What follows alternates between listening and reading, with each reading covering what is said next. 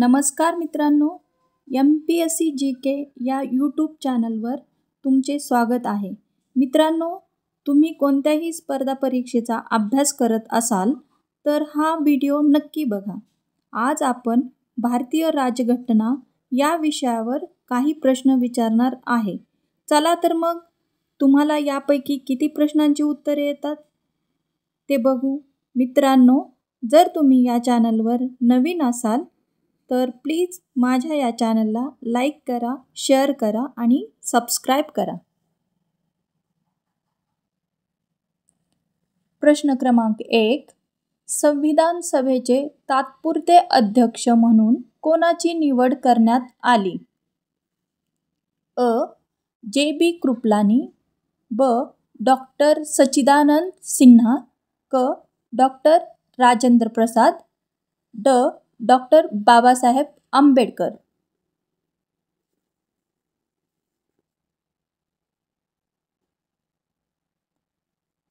उत्तर आहे ऑप्शन ब.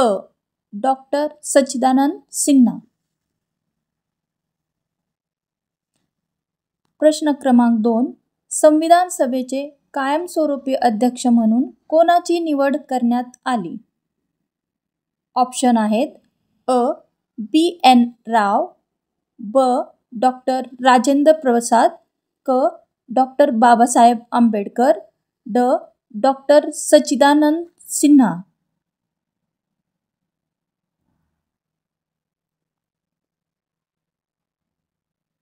उत्तर आहे ऑप्शन ब. डॉक्टर राजेंद्र प्रसाद. प्रश्न क्रमांक 3. 19 ऑगस्ट 1947 साली घटनेचा मसुदा तयार करण्याची जबाबदारी कोणाला देण्यात आली?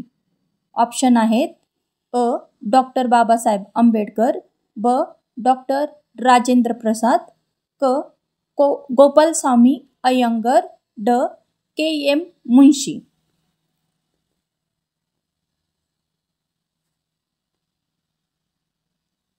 उत्तर आहे ऑप्शन अ. डॉक्टर बाबासाहेब आंबेडकर. 4. प्रश्न क्रमांक 4. 13 डिसेंबर रोजी संविधान सभेत उद्देशपत्रिका कोणी मांडली? ऑप्शन आहेत सरदार वल्लभभाई पटेल, ब. पंडित जवाहरलाल नेहरू, ऑप्शन क. HC मुखर्जी, ड. डॉक्टर राजेंद्र प्रसाद.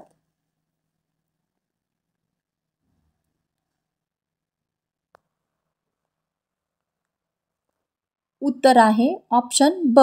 पंडित जवाहरलाल नेहरू. प्रश्न क्रमांक 5. संविधान सभेने राष्ट्रीय ध्वज कोणत्या दिवशी स्वीकार केला? ऑप्शन आहेत अ. 22 जुलै 1947, ब. 24 जानेवारी 1950, क. 15 ऑगस्ट 1947, ड. 26 जानेवारी 1950.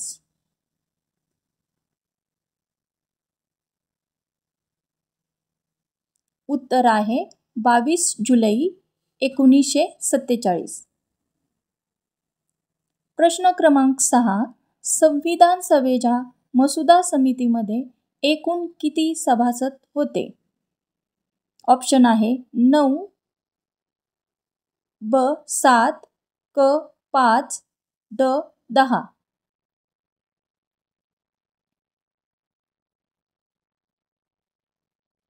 बरोबर उत्तर आहे ब. 7. प्रश्न क्रमांक 7. भारतीय राज्यघटना कोणत्या दिवशी स्वीकृत करण्यात आली? ऑप्शन आहे अ. 26 नोव्हेंबर 1949, ऑप्शन ब. 29 नोव्हेंबर 1948, ऑप्शन क. 26 जानेवारी 1950, ऑप्शन ड. 15 ऑगस्ट 1947.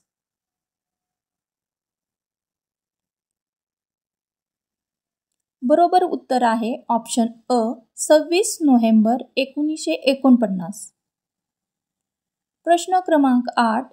DP खेतान यांच्या मृत्यूनंतर खालीलपैकी संविधान सभेत कोणाची नियुक्ती करण्यात आली? ऑप्शन आहेत अ. एन. माधवराव, ऑप्शन ब. टी. कृष्णमाचारी, ऑप्शन क. के. एम. मुन्शी, ऑप्शन ड. अल्लादी कृष्णस्वामी अय्यंगार.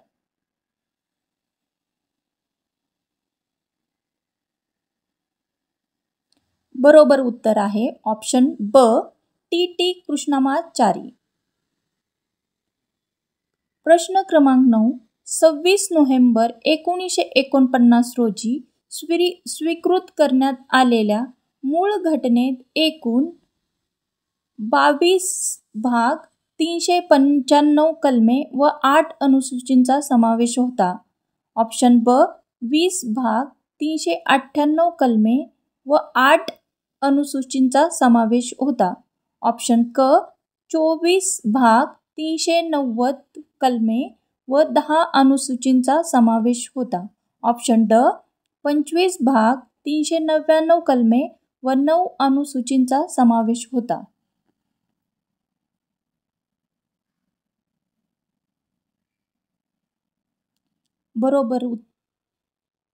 बरोबर उत्तर आहे ऑप्शन अ. 22 भाग, 395 कलमे व 8 अनुसूचींचा समावेश होता. प्रश्न क्रमांक 10. भारतीय राज्यघटनेवर सर्वप्रथम कोणी सही केली? ऑप्शन आहेत अ. डॉक्टर राजेंद्र प्रसाद, ब. पंडित जवाहरलाल नेहरू, ऑप्शन क. फिरोज गांधी, ऑप्शन ड. सरदार वल्लभभाई पटेल.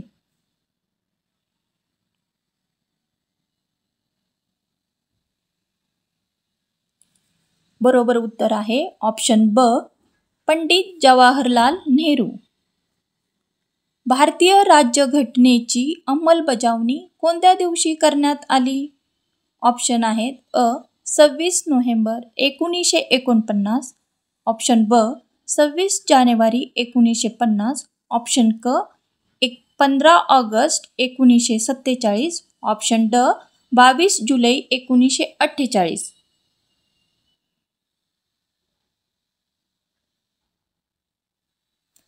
बरोबर उत्तर आहे ऑप्शन ब. 26 जानेवारी 1950. 12. भारतीय राज्यघटना एकूण किती दिवसांच्या कालावधीत तयार करण्यात आली? ऑप्शन आहेत ऑप्शन अ. 2 वर्ष 10 महिने 22 दिवस, ऑप्शन ब. 2 वर्ष 11 महिने 18 दिवस, ऑप्शन क. 2 वर्ष 6 महिने 17 दिवस, ऑप्शन ड. 2 वर्ष 11 महिने 17 दिवस.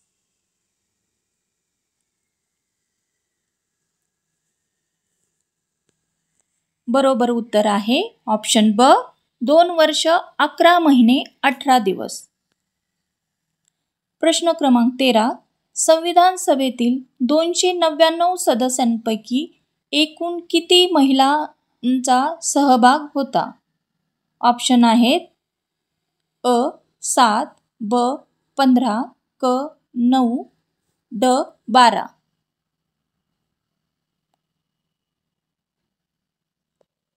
बरोबर उत्तर आहे 15. प्रश्न क्रमांक 14. भारतीय राज्यघटना सुंदर हस्ताक्षरात लिहिण्याचे काम पंडित नेहरूंनी कोणाकडे सोपवले होते? ऑप्शन आहेत अ. प्रेम बिहारी रायजादा, ऑप्शन ब. नंदलाल बोस, ऑप्शन क. व्यावर राम मनोहर सिन्हा, ऑप्शन ड. के. एन. मुन्शी.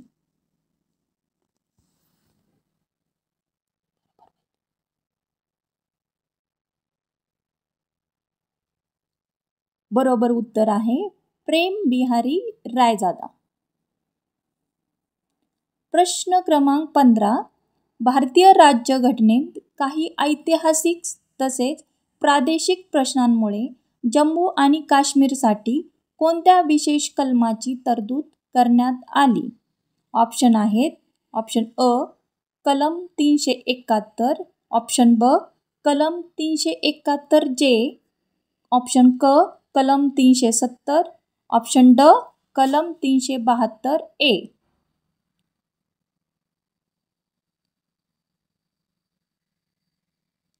बरोबर उत्तर आहे ऑप्शन क, कलम 370.